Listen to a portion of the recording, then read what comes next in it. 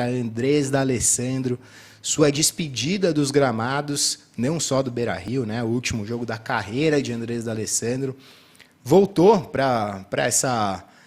Como que é o nome do documentário mesmo? A última... Last Dance. Last Dance. O Last Dance do D'Alessandro no futebol. Escolheu o Internacional, clube que ele foi extremamente identificado ao longo de toda a carreira.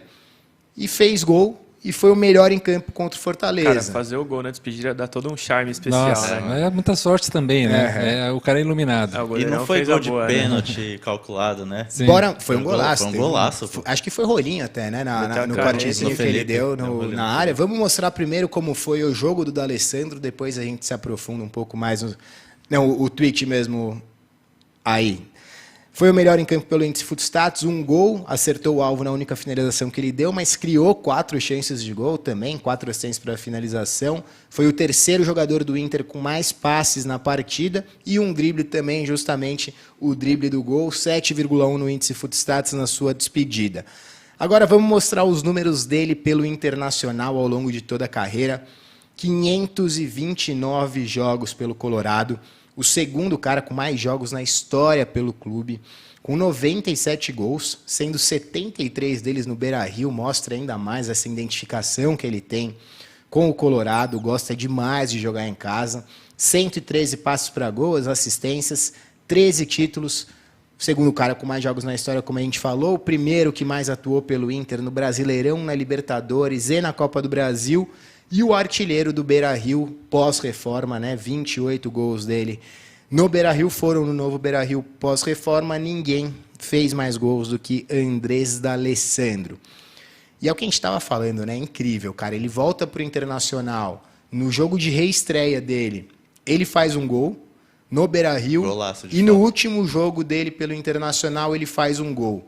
Então não podia ter sido mais simbólico, né, Gufo? Sim. Essa volta dele ao Inter, você abrir essa sua volta com gol e fechar a sua volta com gol também, ambos no Beira-Rio. A gente vai ter... Nada mais Andrés D'Alessandro do que isso. A gente vai ter, mas depois, 2 vídeos de 2 importantes jornalistas, colegas e amigos que mandaram a opinião deles sobre o D'Alessandro. Um é o Fabiano Baldasso, que é influencer e comentarista da Band Rio Grande do Sul, e o Thiago Suman, que é narrador da Vozes do Gigante, que é um canal totalmente colorado, que transmite todos os jogos do Inter, informações sobre o Inter.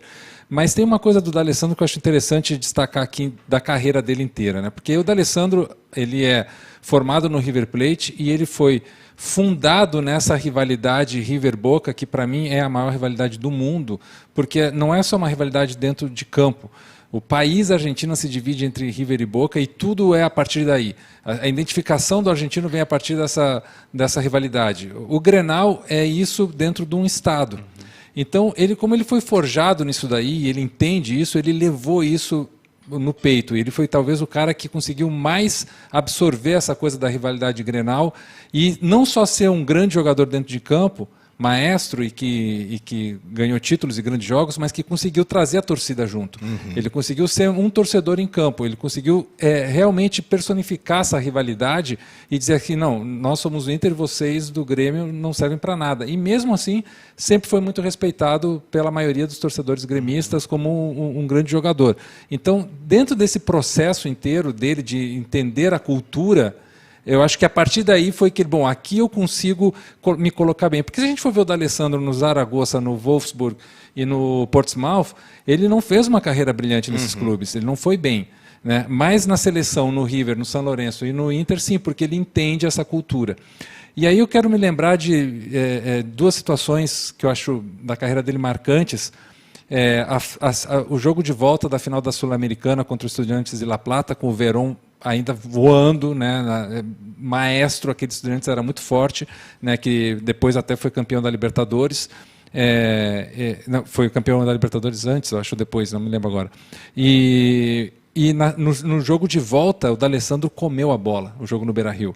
Ele botou a bola debaixo do braço, ele mandou no juiz, ele mandou nos caras dos Estudiantes, mandou no Gandula, ele foi assim...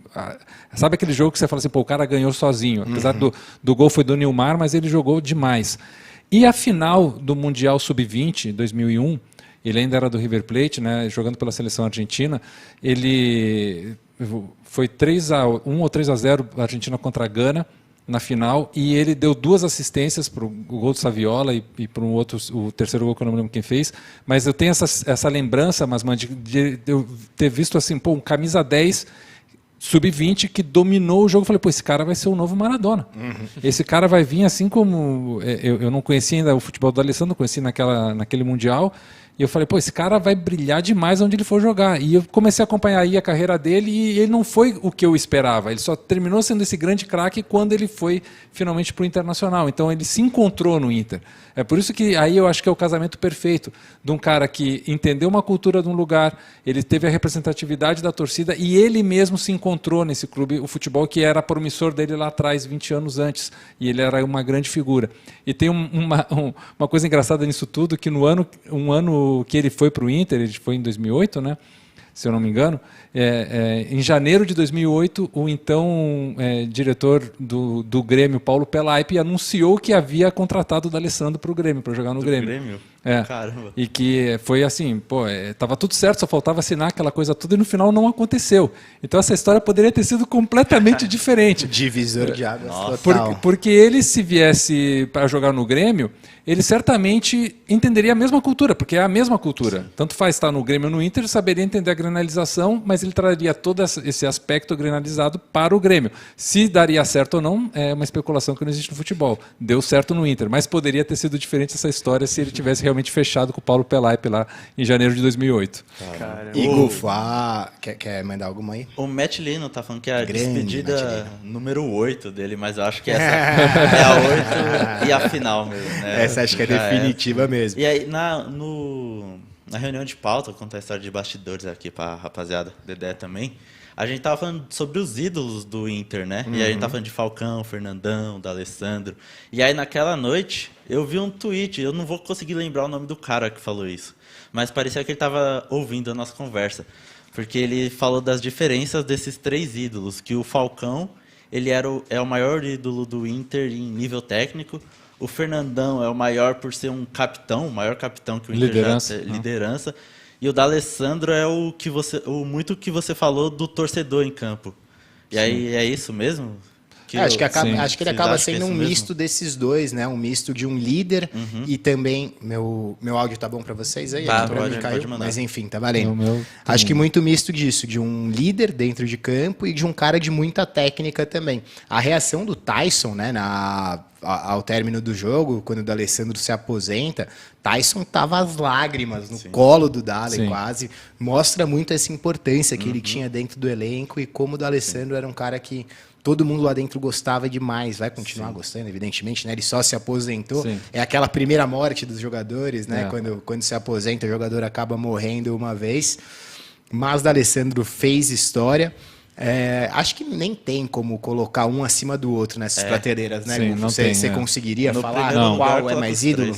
Não, e até estranho porque eu vi os 3 jogar em plena consciência. Eu vi Falcão jogar pelo Inter, vi Falcão jogar na Roma, jogar na seleção. Realmente Falcão era um jogador acima da média de nível técnico e com certeza o maior craque em campo com a bola do Internacional, sem dúvida. E até um dos 10 maiores do futebol brasileiro. O Falcão foi esse nível de jogador. Então, isso é incontestável.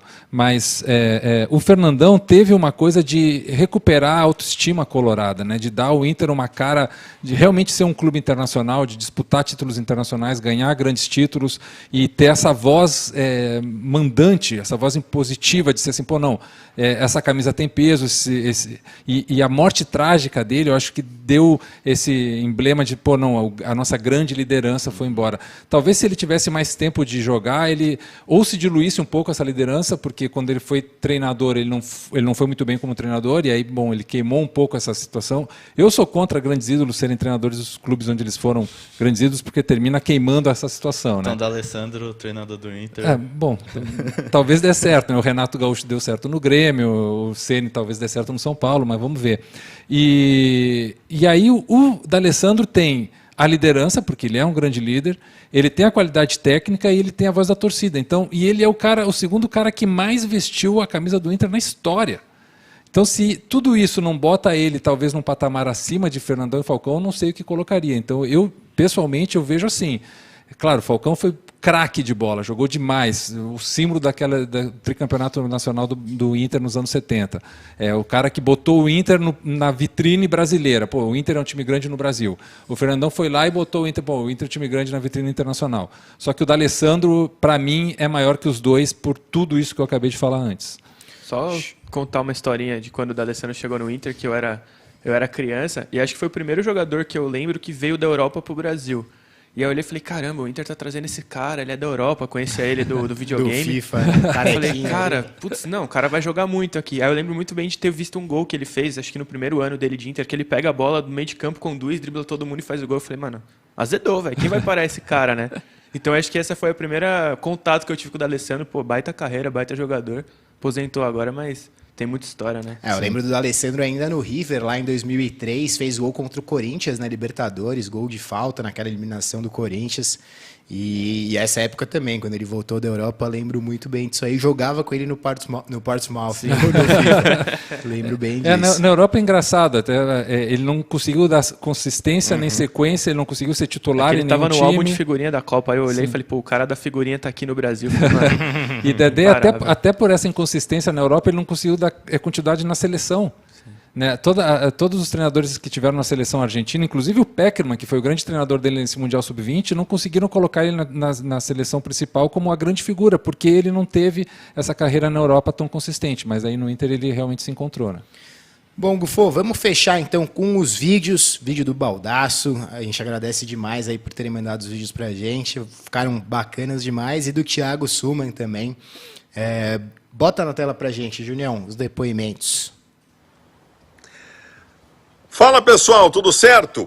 A pedido do Gufo, meu querido amigo, eu faço esse vídeo sobre o D'Alessandro. O Gufo é um cara muito apegado a números e eu acho maravilhoso, ele talvez seja a grande referência sobre isso, mas infelizmente é muito difícil traduzir a importância do D'Alessandro na história do Internacional com números. Os números até são bons, né? Um número imenso de participações, o segundo maior jogador a atuar com a camisa do Inter, um número maravilhoso de assistências, um razoável número de gols também, embora ele não seja o último homem, não tenha sido no Inter o último homem, o homem da finalização, mas a importância do D'Alessandro, ela é de outra estirpe, ela é de outra prateleira, por conta do que ele significou no período que esteve aqui. Quando ele, para mim, foi uma instituição servindo a outra instituição. O D'Alessandro é gigante. O D'Alessandro é simplesmente gigante e ele representou o sentimento do torcedor do Internacional nesse período.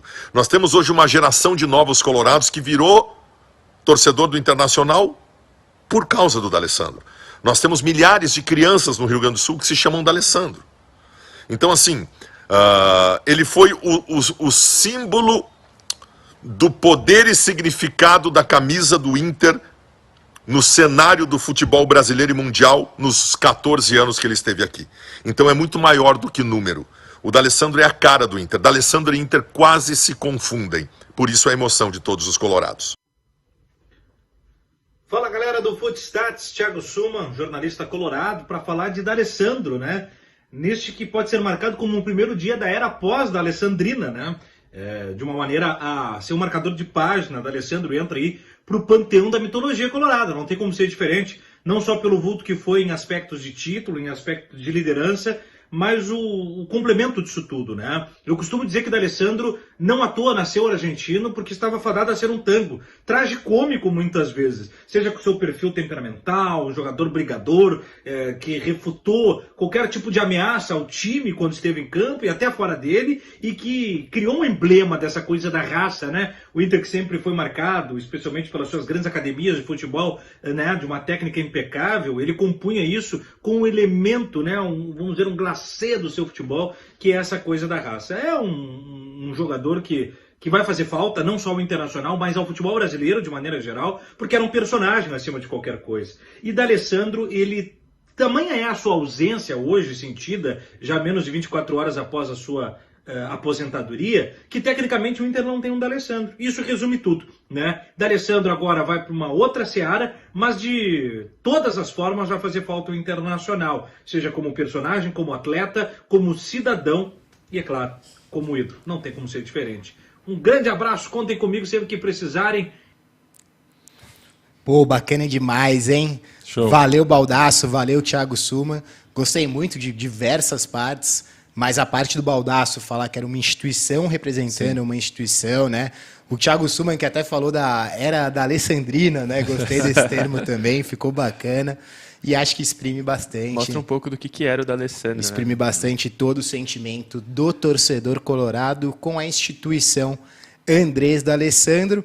Mas, mano, se a gente fosse, por exemplo, repórter, a gente estivesse em Porto Alegre agora e a gente fosse à rua e pegasse um microfone para entrevistar porto-alegrenses, sejam gremistas ou colorados, para falar sobre o D'Alessandro, seria muito em torno disso daí, Essa né? linha. Essa linha emotiva, essa linha da representatividade da instituição, as pessoas iam tecer 300 adjetivos emocionados, ia ter gente chorando, porque realmente é uma história muito bonita, uma história de conexão humana, mas tem essa coisa do cara realmente viver. Ele nunca escondeu que o clube do coração dele era o River Plate, onde ele se formou, mas ele abriu um espaço gigante para ser colorado, tanto que ele fez a cidadania brasileira também, né? O D'Alessandro, ou seja, todo esse vínculo que ele tem lá, o lance de craque, que é um evento que ele faz para ajudar várias instituições que precisam, né, do olhar especial que ele traz, não só com trazer jogadores do mundo inteiro, mas também a parte financeira, que é importante. Toda a representatividade que o Baldasso falou ali, de muitas crianças nascerem com o nome Andrés ou o nome D'Alessandro, né? Eu conheço várias pessoas que querem ainda colocar nome do filho assim. O cachorro da Renata Fã chama D'Alessandro. É verdade, tem essa. Então, realmente a gente vai daqui a 50 anos ainda falar de D'Alessandro, como a gente fala de Falcão e Fernandão, mas eu volto a dizer, na minha perspectiva de comentarista, de analista, de ter visto esses 3 caras jogarem, eu boto o D'Alessandro talvez numa prateleira acima dos 2 como grande ídolo colorado.